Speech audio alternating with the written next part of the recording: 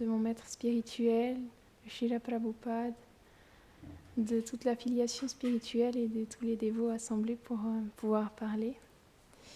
Nous allons continuer notre lecture du Śrīmad Bhagavatam. Deuxième chant, chapitre 1, verset 13.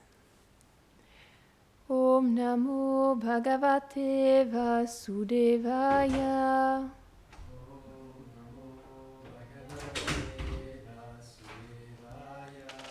Om Namo Bhagavate Vasudevaya.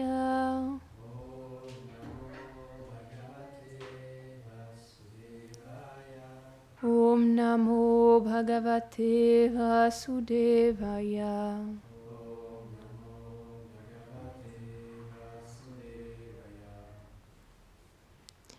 Kadvango Namarajarshir Gyatve Yatamiha Yusha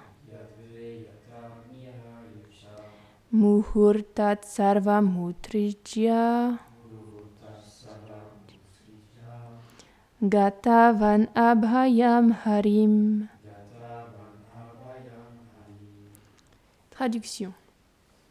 Ayant appris qu'il n'avait plus qu'un court instant à vivre, le roi saint Kadvanga renonça à toute chose durant cette courte période et chercha le refuge en Shri Hari qui dissipe toute peur. Commentaire. Srila Vishwanath Chakravarti Thakur explique que la conclusion du verset précédent est démontrée par l'exemple du roi Kadvanga. Un jour, ce roi fut appelé par les demi-dieux afin qu'il combatte avec eux les démons. Satisfait de lui, les demi-dieux lui demandèrent s'il désirait une bénédiction. Il demanda « D'abord, dites-moi combien de temps me reste-t-il à vivre ?» Ils répondirent « Tu as seulement un moment à vivre. » Il resta silencieux. Il vint rapidement sur la terre et prit refuge dans le Seigneur, ce qui lui permit d'atteindre le salut.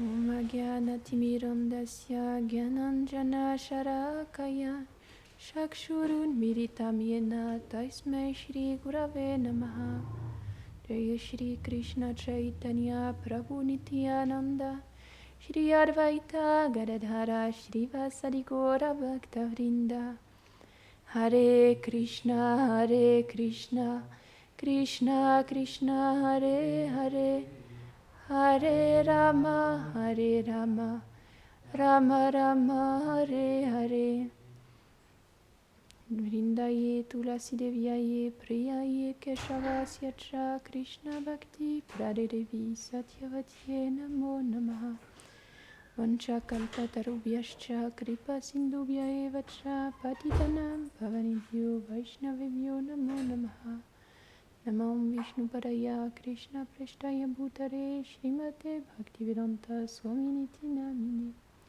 Namaste Sarasvate Deve Gauravani Pracharine Nirvishesha Shunyavadi Paschatya Rishatarine.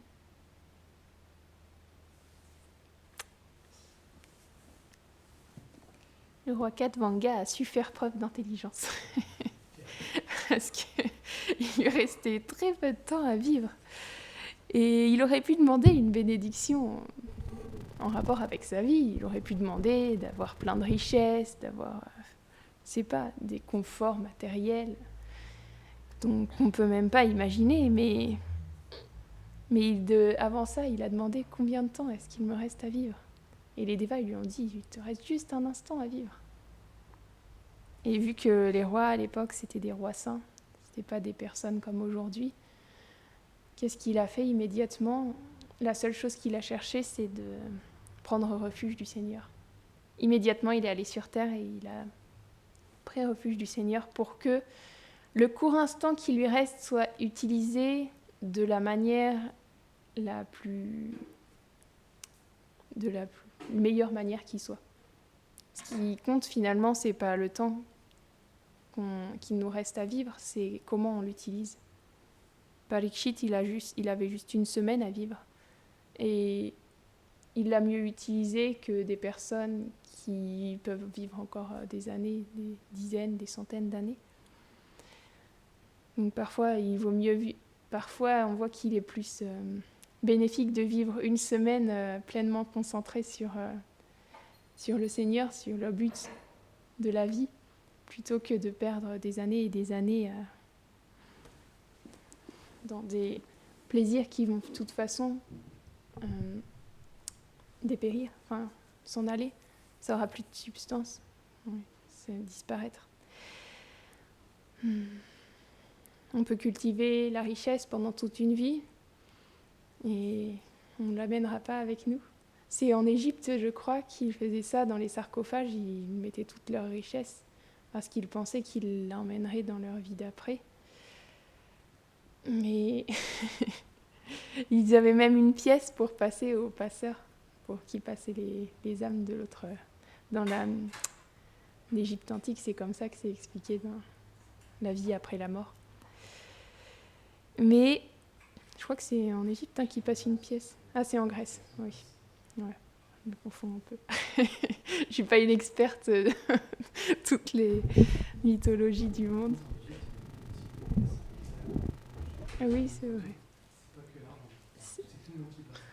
Jayananda, il expliquait un point qu'en Égypte, c'est pas seulement l'argent, c'est tout le monde qui y passe, donc les proches, les serviteurs, etc. Tout le monde vient dans le sarcophage, dans le tombeau. C'était des grands tombeaux pour les grands maîtres, pas pour les petites gens, mais pour pouvoir les amener avec eux. Mais ici, dans le schéma de Bhagavatam, on nous explique que la seule chose qu'on emporte avec nous, qui reste avec nous, quoi qu'il arrive, en toutes circonstances, c'est ce bagage spirituel qu'on cultive vie après vie. On appelle ça la sukriti. C'est la chose la plus précieuse parce que c'est la seule chose qui est liée à ce qu'on est véritablement. Et tout le reste s'en ira un jour ou l'autre. Même le corps subtil, même s'il voyage aussi avec nous pendant plusieurs vies, ultimement, il est destiné à disparaître.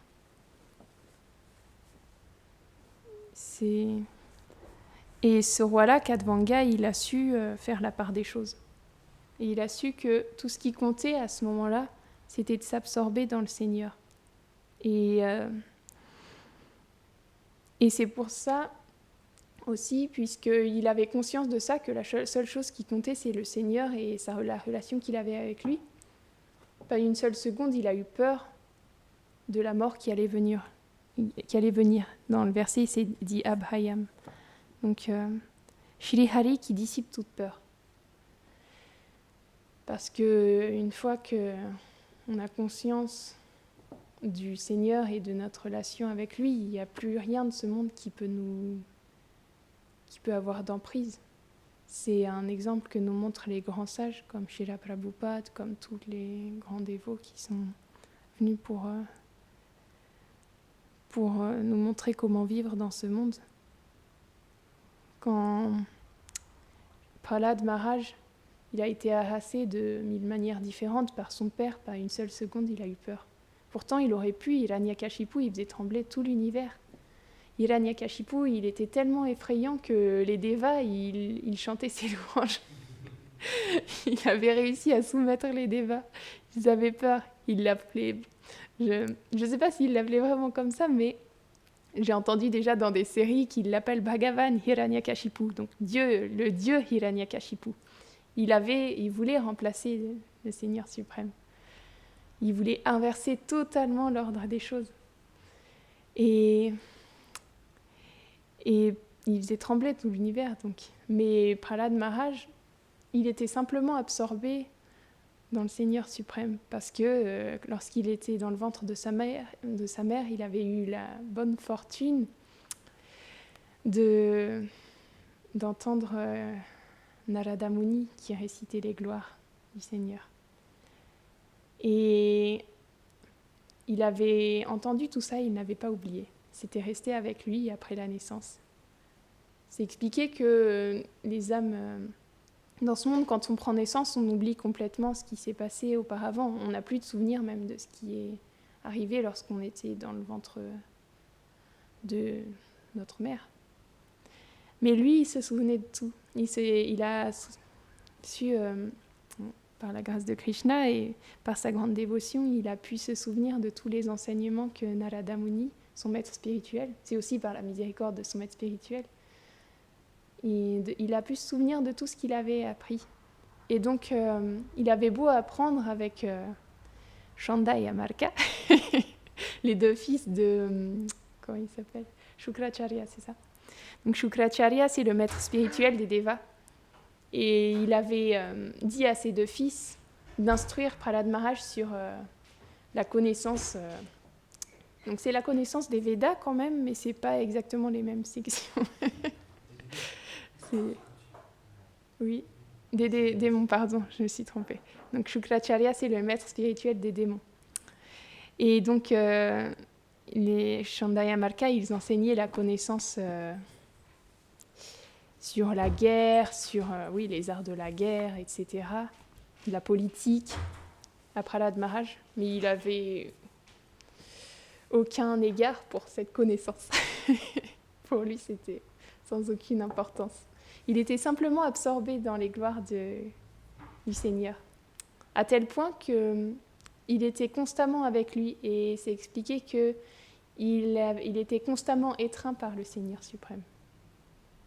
Donc c'était une relation vraiment très intime qu'il avait avec Krishna, malgré qu'il était le fils de Hiranyakashipu, le grand démon qui avait pour seule méditation de tuer Vishnu, parce que Vishnu avait tué son frère, et parce que c'était comme ça que ça devait se passer pour le divertissement, pour que Krishna vienne en tant que Nrsingadev. Il fallait que ça se passe comme ça, parce qu'en vérité, Hiranyakashipu, c'est aussi un grand dévot. Mais pour ces divertissements, Krishna, il fait en sorte que ses dévots,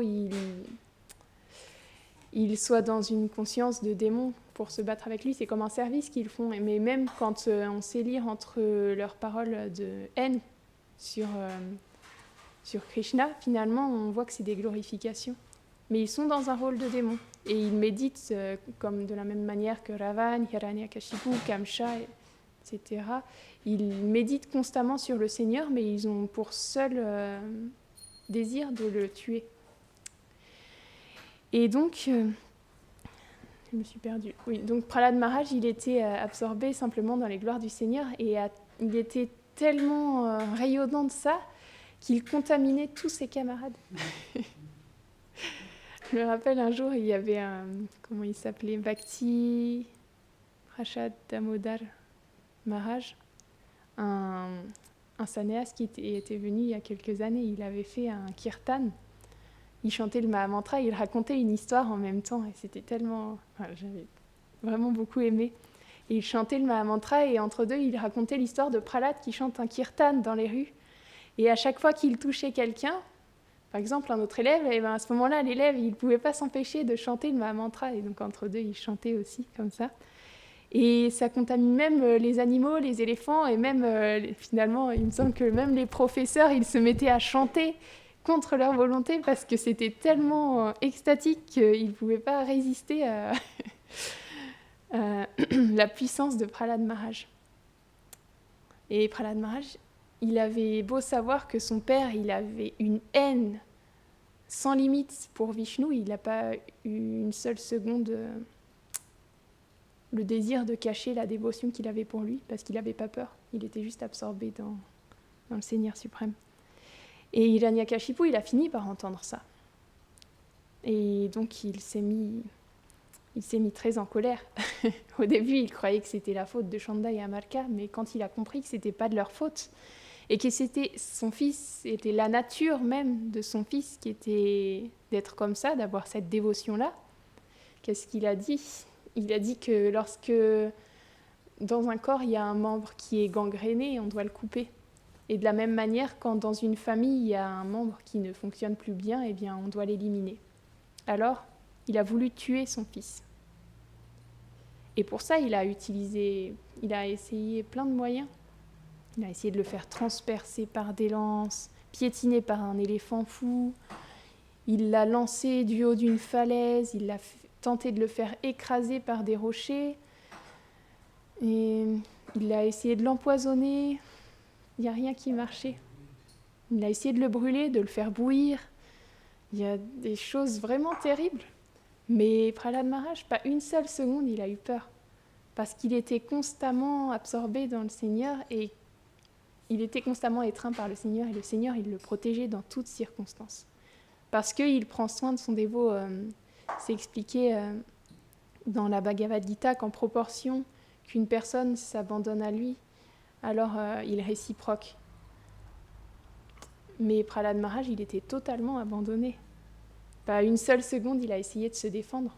Il était absorbé dans la relation qu'il avait avec Krishna et il n'essayait pas de se défendre. Alors à ce moment-là, Krishna, il était comme obligé par la dévotion de Prahlad Maharaj de prendre soin de lui. Et il le protégeait en toutes circonstances. Donc lorsque Prahlad Maharaj il est tombé de la falaise, il n'a pas eu mal puisque Krishna il l'a retenu, il a empêché qu'il se fasse mal. Et de toutes les manières possibles, lorsqu'il l'a mis dans la grotte avec plein de serpents venimeux qui se sont mis à le mordre, eh bien, le poison n'a eu aucun effet sur lui. Et Prahlad, il était même pas conscient de tout ce qui se passait. C'est un peu comme, on peut le voir aussi dans cet abandon complet, on le retrouve dans Haridas Thakur. Parfois, il est dit qu'il y a aussi Prahlad qui est venu c'est comme une... d'accord. Donc, Haridas Thakur s'est expliqué que c'est Brahma et Prahlad qui viennent pour les divertissements de Chaitanya Mahaprabhu.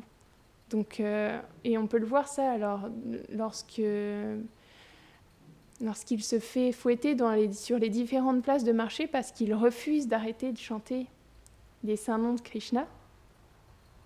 Il devait arrêter de les chanter parce qu'il venait d'une famille, musulmane dans ce divertissement-là et il a commencé à nourrir une dévotion pour Krishna.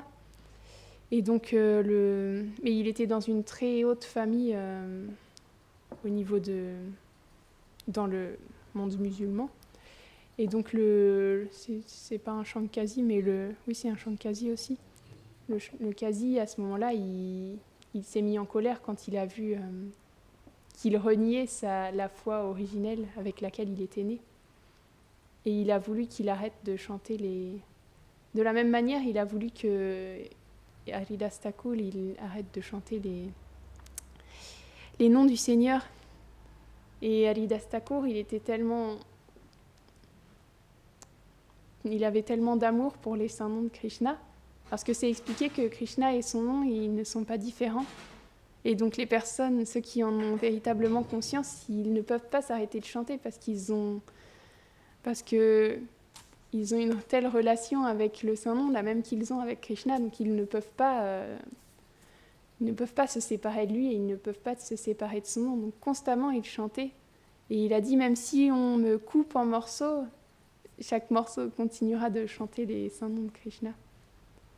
Alors, à ce moment-là, le Kasi s'est mis en colère. Il a demandé à ce qu'on le fasse fouetter, pour l'exemple. Il a demandé à de Colosse de le fouetter. Et ils ont commencé à le fouetter sur différentes places de marché. Mais rien n'y faisait, il était simplement absorbé dans le nom de Krishna. Et c'est comme si le fouet n'avait aucun effet sur son corps. Et donc le Kasi, il s'est mis en colère, il a menacé les bourreaux, oui, pardon. Il a menacé les bourreaux de tuer toute leur famille s'ils n'arrivaient pas à tuer Haridas Thakur. Alors les bourreaux, ils se sont mis à fouetter encore plus fort, vraiment avec ferveur, parce que là, il y a toute leur famille, la vie de leur famille, elle en dépendait. Alors ils n'ont pas fait de quartier, ils ont fouetté très très fort, mais ça continuait, il était totalement absorbé dans les noms de Krishna. Simplement, il chantait et il n'avait aucune conscience de ce qui se passait autour de lui. Et tous les habitants, ils avaient tellement d'amour pour Haridas Thakur parce que les purs dévots comme ça, ils emportent le cœur de tout le monde. Et lorsqu'ils le voyaient être fouetté, ça leur brisait le cœur. Mais les bourreaux, ils continuaient, et sur 22 places de marché comme ça, ils l'ont fouetté.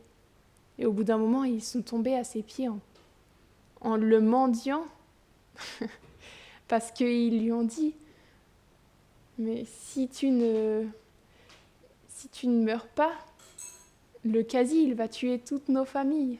Alors s'il te plaît, fais quelque chose. » Et à ce moment-là, Haridas Thakur, étant donné que c'est un pur dévot et que les purs dévots, ils ne désirent en aucun cas être source de souffrance pour les autres, il leur a dit, si ce corps, alors il vous apporte de la souffrance, je vais faire le nécessaire. Et il a paru tout d'un coup être comme mort. Et à ce moment-là, qu'est-ce qu'ils ont fait? Ils l'ont jeté dans le Gange. Parce qu'ils se sont dit, on ne va pas le brûler, parce que lorsqu'on brûle les corps, c'est le rituel hindou pour lorsqu'une personne meurt, donc il aurait atteint une bonne destination. Donc c'était pas s'il voulait véritablement le punir jusqu'au bout, il fallait pas le brûler. Il ne pouvait pas l'enterrer non plus parce que ça c'est le rituel qui était chez les musulmans. Alors ils se sont dit on va simplement le jeter dans le Gange, comme ça au moins on est sûr qu'on a fait notre boulot jusqu'au bout. Mais Haridas Thakur, il n'était pas véritablement mort. Et il s'est réveillé et lorsqu'il est sorti du Gange, il était plus rayonnant que jamais. Et tout le monde a compris que ce n'était pas une personne ordinaire. Mais lui, pas une seule seconde, il a eu peur. Et il a ressenti même la souffrance. Parce qu'il était simplement absorbé dans les gloires de Krishna. C'est des exemples qui sont très élevés, on ne peut pas imiter à un niveau... voilà. Mais ils sont là pour nous montrer le but et pour nous montrer à quel point le fait d'être absorbé en Krishna, ça nous transporte au-delà de tout ce monde matériel. Et les purs dévots, ils viennent comme Prahlad Maharaj, comme Haridas Thakur, ils nous montrent un exemple très précieux. Parce que dans ce monde, on est constamment harassé par la peur. C'est l'anxiété à chaque instant, on le voit même particulièrement on dit souvent chez les animaux, les oiseaux qui regardent tout le temps autour d'eux, qui s'envolent au moindre craquement de branche. Et on est un peu pareil, dans ce monde, on est constamment harassé par l'anxiété. Mais finalement, lorsqu'on s'absorbe et lorsqu'on retrouve notre relation avec le Seigneur suprême, on peut apprendre à aller au-delà de cette anxiété par la grâce des purs dévots et de leur exemple et de leur miséricorde, pour pouvoir finalement s'absorber dans notre réalité et dans notre relation, parce qu'elle, quoi qu'il arrive, elle ne pourra jamais être retirée. Est-ce que quelqu'un veut rajouter quelque chose? Oui.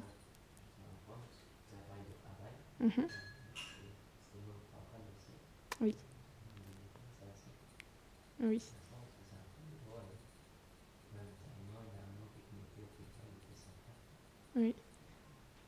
Il y a Gorananda qui précise que oui, dans le verset, on avait relevé le mot Abhay, sans peur. Et Abhay Charan, c'est le nom de Srila Prabhupada. Et il incarne véritablement cette chose-là d'être sans peur. Et donc c'est un pur dévot qui est venu nous montrer comment il était sans peur, comment les purs dévots sont sans peur, quoi qu'ils fassent. Et il nous l'a montré de bien des manières, par exemple en venant en Occident sans rien, en venant dans des conditions juste pour accomplir l'ordre de son maître spirituel. Il a tout délaissé et de la même manière, il était absorbé dans son service et il n'avait aucune peur. Donc c'est bon. Jai. Srimad Bhagavatam qui